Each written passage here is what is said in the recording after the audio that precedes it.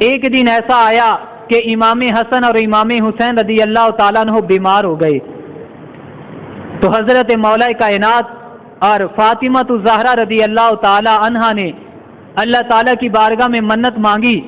کہ اے میرے مولا، اگر میرے یہ صاحبزادے ٹھیک ہو جائیں گے تو میں 3 دنوں کے لیے روزے رکھوں گی۔ مولا کائنات نے بھی یہی فرمایا کہ میں بھی 3 دنوں کے لیے روزے رکھوں گا۔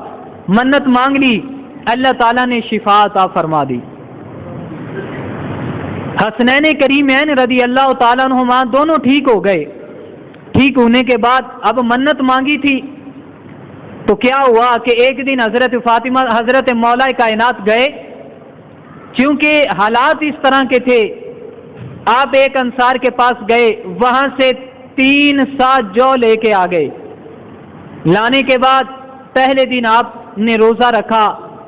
اور 1 سا جو ہے اسے پکا لیا۔ جب شام کا وقت آیا، بڑی توجہ طلب بات ہے، تو دروازے پہ ابھی دسترخوان لگا ہوا ہے، مولا کائنات بھی بیٹھے ہیں، امام حسن امام حسین رضی اللہ تعالیٰ عنہ بھی بیٹھے ہوئے ہیں، خاتون جنت رضی اللہ تعالیٰ عنہ بھی تشریف فرما ہے، کھانے کا اہتمام کر دیا۔ ادھر سے روزے افطار ہونے کا وقت آیا، ادھر سے دروازے پہ دستک ہو گئی۔ دروازے پہ دستک ہوئی، مولا کائنات گئے، دروازہ کھولا، پوچھا کون؟ کہا کہ میں مسکین ہوں، مجھے پتا ہے کہ یہ نبی کی بیٹی کا گھر ہے، یہاں سے جو بھی مانگنے کے لیے آتا ہے وہ خالی نہیں جاتا، میں اتنے دن کا بھوکا ہوں، مجھے کھانے کی طلب ہے، مجھے کچھ کھانے کے لیے عطا کیا جائے۔ حضرت علی المرتضیٰ کرم اللہ گھر میں آئے، سارا کھانا اٹھایا اور اس مسکین کو پیش کر دیا، خود پانی سے روزہ افطار کیا۔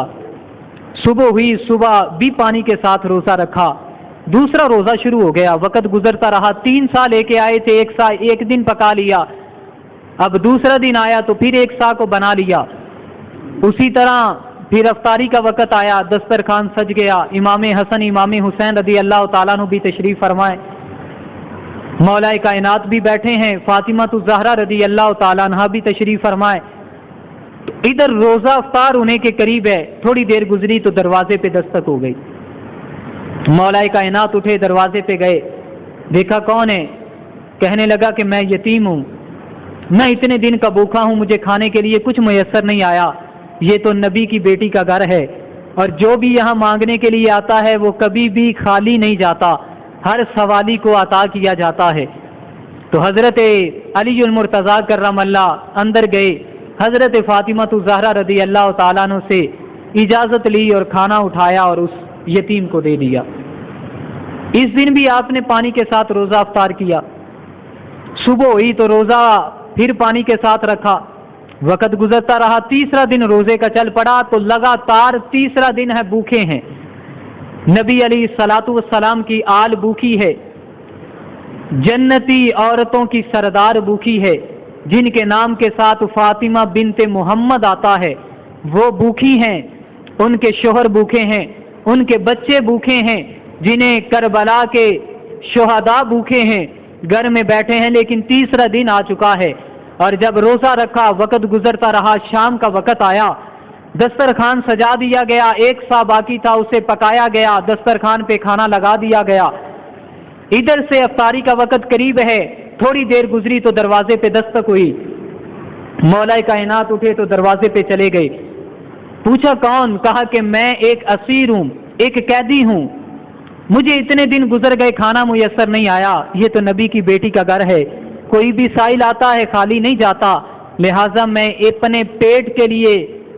ایک کھانے کے طلب کے لیے آپ کی بارگاہ میں پیش ہوا ہوں۔ مولا کائنات اندر گئے، کھانا اٹھایا اور اس کی بارگاہ میں پیش کر دیا، ادھر رب ذوالجلال نے قرآن کو نازل فرما دیا، تب تک نبی علیہ الصلاۃ والسلام کو خبر نہیں ہوئی، لیکن اللہ نے فرمایا وَيُطْعِمُونَ الطَّعَامَ عَلَىٰ حُبِّهِ مِسْكِينًا وَيَتِيمًا وَأَسِيرًا، اللہ نے فرمایا جنہیں کھانے کی حاجت ہے،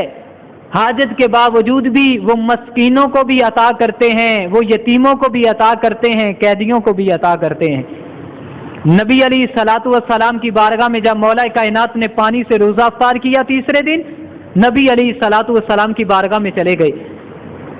نبی علیہ الصلاۃ والسلام کی بارگاہ میں گئے، فرمایا اے علی، آج تیرے حق میں رب نے آیت نازل فرمائی ہے، فرمایا مجھے پتہ لگا ہے 3 دن گزر گئے، میری بیٹی گھر میں بھوکی بیٹھی ہے، 3 دن لگاتار روزے رکھے ہیں۔ فرمایا کہ رب نے میری بیٹی کی شان میں، اے علی تیری شان میں رب نے قرآن نازل فرما دیا،